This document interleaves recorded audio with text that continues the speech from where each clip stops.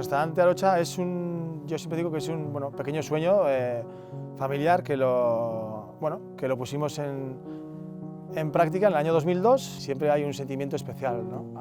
A ese pequeño pueblo donde tú has nacido. Tú tienes todos tus recuerdos desde crío, desde las trastadas hasta las no trastadas, entonces supone mucho para nosotros. Soy una persona que creo que soy bastante de familia, entonces estos pequeños sitios como el monte donde estamos, las bordas, pues suponen mucho para una familia al final si está unida, ¿no? Y bueno, en ese caso, pues bueno, el venir de vez en cuando, el coger unas castañas o el hacer una pequeña reunión con un poquito de tocino, pues es muy importante al final. Yo creo que sigue uniendo más todavía.